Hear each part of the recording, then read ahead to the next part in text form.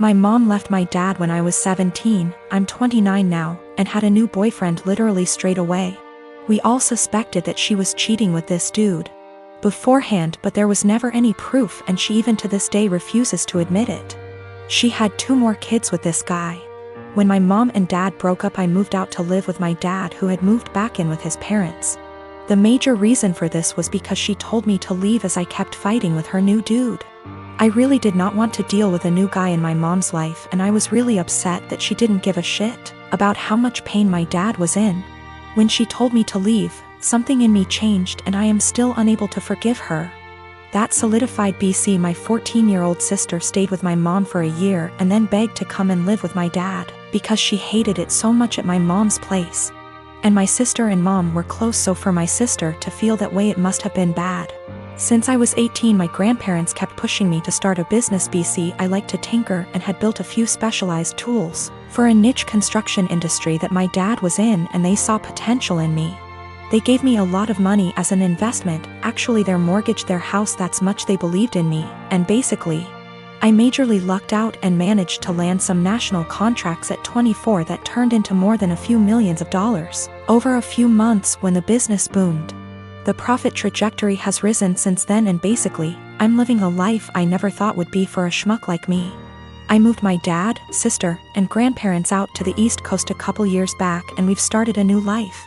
I am surrounded by people who see and saw the best in me, and I'm grateful so much. BC. I was seriously messed up after my mom blew our family apart.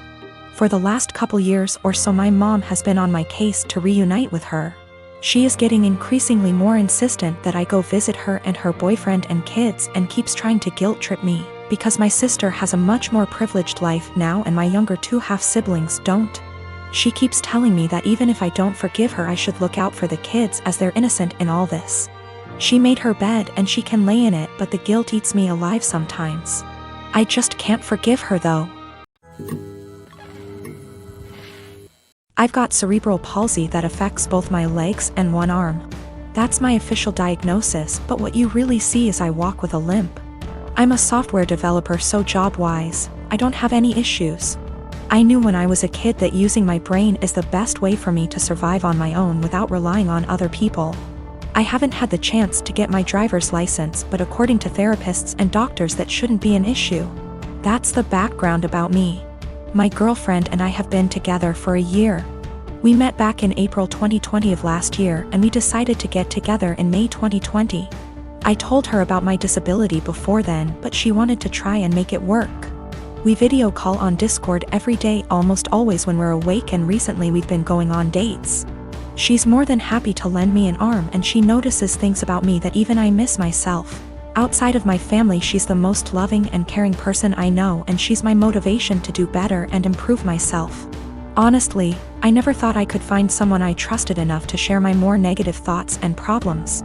I always tried to seem happy so I don't worry others. The emotional support she gives me is really irreplaceable. The problem is scared that, in the future, she will have to take care of me, or most of the work will fall onto her. To make matters worse, her mom has been telling her for the past few weeks to break up with me because she can find better, and she doesn't want her to have the burden of caring for me. She's also really afraid that I will get arthritis early due to my cerebral palsy, and if that happens, a lot is going to be on her. I've tried doing things like stretches and exercises to maintain and improve my muscle tone, but she is still afraid I'll get worse. I'm an introvert, I don't know a lot of people, and honestly, I don't even know the options I've got to look at. I want to prove that I can be independent, and that if things do go wrong, it won't just be on her. I'm in Ontario, Canada. Are there things I can look into and do to assist with my disability, or things I can look into so if things do go wrong, I won't be a burden on her? I'm at the end of my wits. I've never really hated my disability, but I've always kept myself going by tempering my expectations and thinking, my disability is going to make it really hard to find someone, and she's the first person to make me feel like, yeah, it doesn't matter. I want to do anything to show her that I won't hold her back in the future, but I'm out of ideas. Is there anything I can do? I don't want to worry anyone I'm with these issues, but I'm at the end of my wits. I don't even know if my relationship is lost, but I don't want this to happen again, and I want to know what I can do myself so I can reassure my partner, so they know I won't hold them back in the future. I don't know if there are things I can look into to better plan my future so it's not a concern for my partner. The worst part is, I've always thought my disability doesn't matter. But with all of this happening, it's really hard to convince myself otherwise. I am a 26 years old female. Me and my fiancé, he's 28, been engaged for 4 months. We're planning on having our wedding on October 18th. My future mother-in-law kept annoying me and sending me suggestions for choosing the right wedding dress, and said that she knew better and tried to get me to approve of wedding dresses that she chose. And when she couldn't enforce her decision, she demanded that I take her with me to buy my wedding dress so she could have an opinion.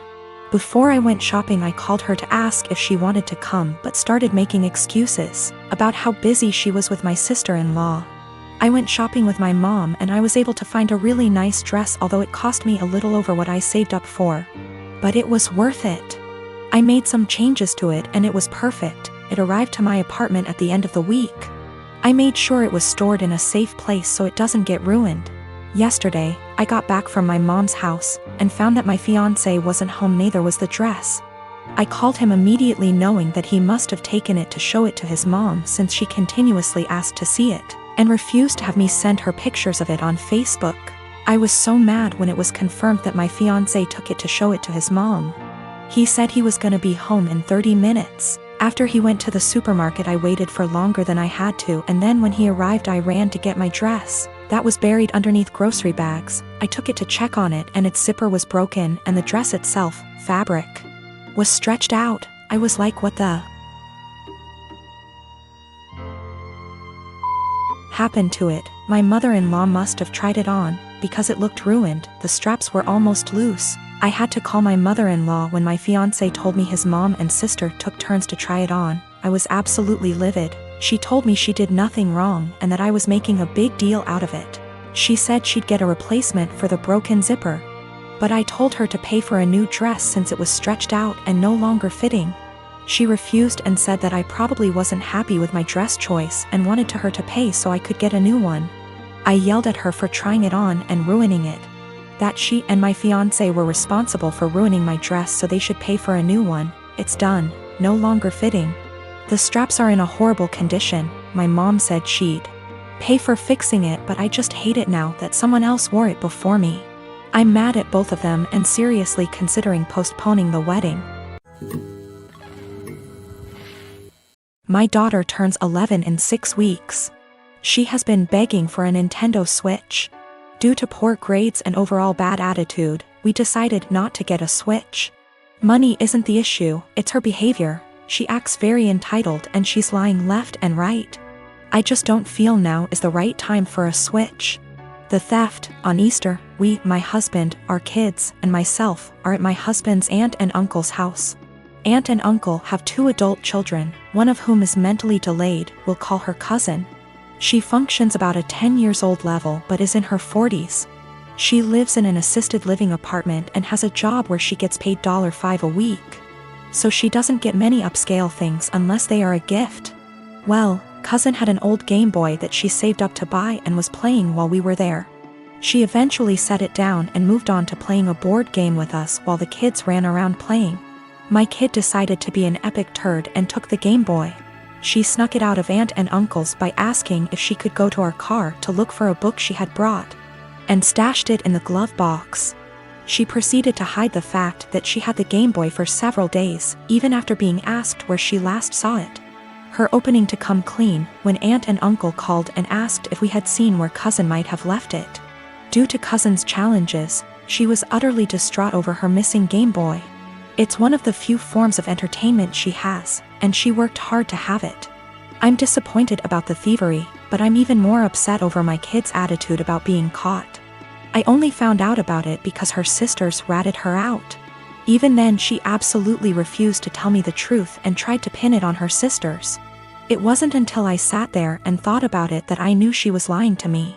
Once I told her I knew it had to be her because of XYZ, did she finally confess. Her behavior only got worse from there. She refused to apologize when uncle and cousin came by to get the Game Boy, and had the balls to act like SHE was the one being wronged.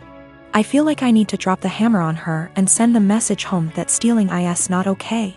I think that purchasing the Switch, with my daughter's help from money she would earn by doing extra chores, and having her give it to cousin might be a good way to deliver that message while simultaneously giving cousin a nice upgrade to make amends. I mentioned this to a friend and they said this would be a move because birthday. I don't really think that matters, but the comment was enough to make me question myself.